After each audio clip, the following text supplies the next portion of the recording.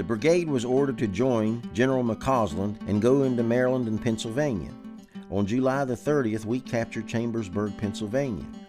The general levied a contribution of $300,000 on the city, which the mayor and city council refused to pay. The general told the gentlemen he would give them 30 minutes to change their mind. At the expiration of that time, he ordered Dunn's battalion to burn the town. Then we witnessed the horrors of war. The ladies and children was frightened so badly that some of them would not leave their homes and had to be carried to places of safety.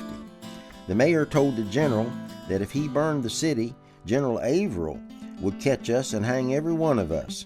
It was then that the general pulled his watch and gave the reply that he would burn the town and whip General Averell whenever he found him. Lieutenant James Settinger, Company E, 8th Virginia Cavalry. In the pre-dawn hours of August 7th of 1864, General William Woods Averell's column of 1,500 Union cavalry passed through this area, coming down the road behind me on their way to strike John C. McCausland's Chambersburg Raiders in their camps near Moorefield, West Virginia.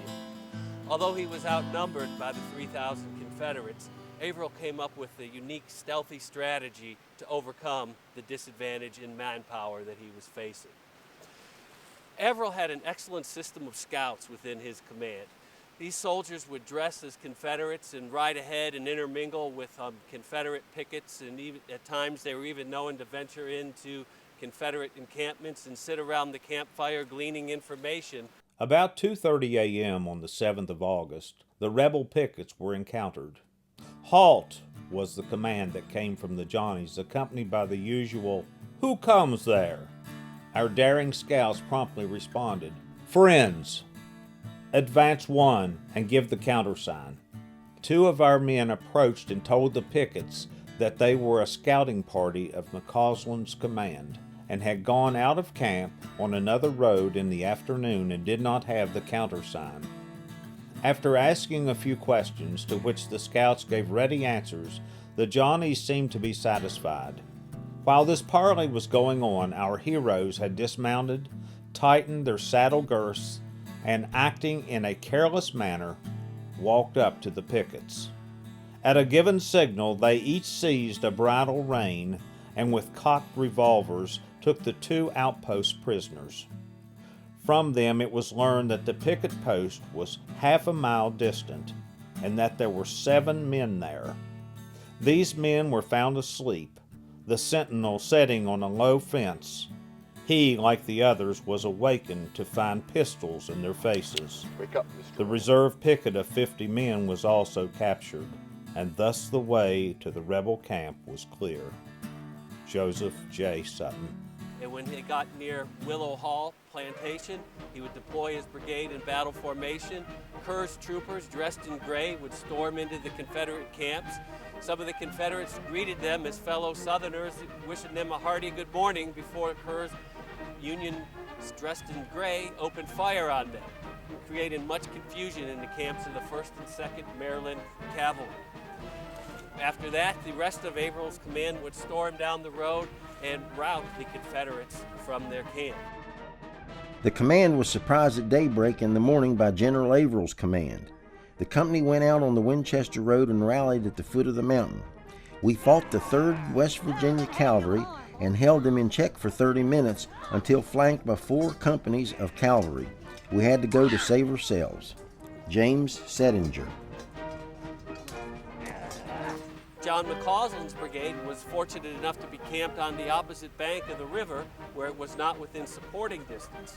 At the river, there would be a wild melee as the 14th Virginia Cavalry charged into the water at the same time that Averell's Unionists were charging across the river, chasing Johnson's men in confusion. Johnson himself was at one time captured by the Unionists, but in the confusion of the melee, they did not realize they had captured a brigadier general, and Johnson was able to make his escape in the early morning darkness. McCausland's men would put up a brief fight, but in the end, Averell and his men would capture more than 400 prisoners, 4 pieces of artillery, and rout the Chambersburg burners. Averell had achieved one of the most stunning victories in recent weeks. The Battle of Moorefield is one of those very large cavalry actions that just simply hasn't gotten much attention over the years because of the forces involved.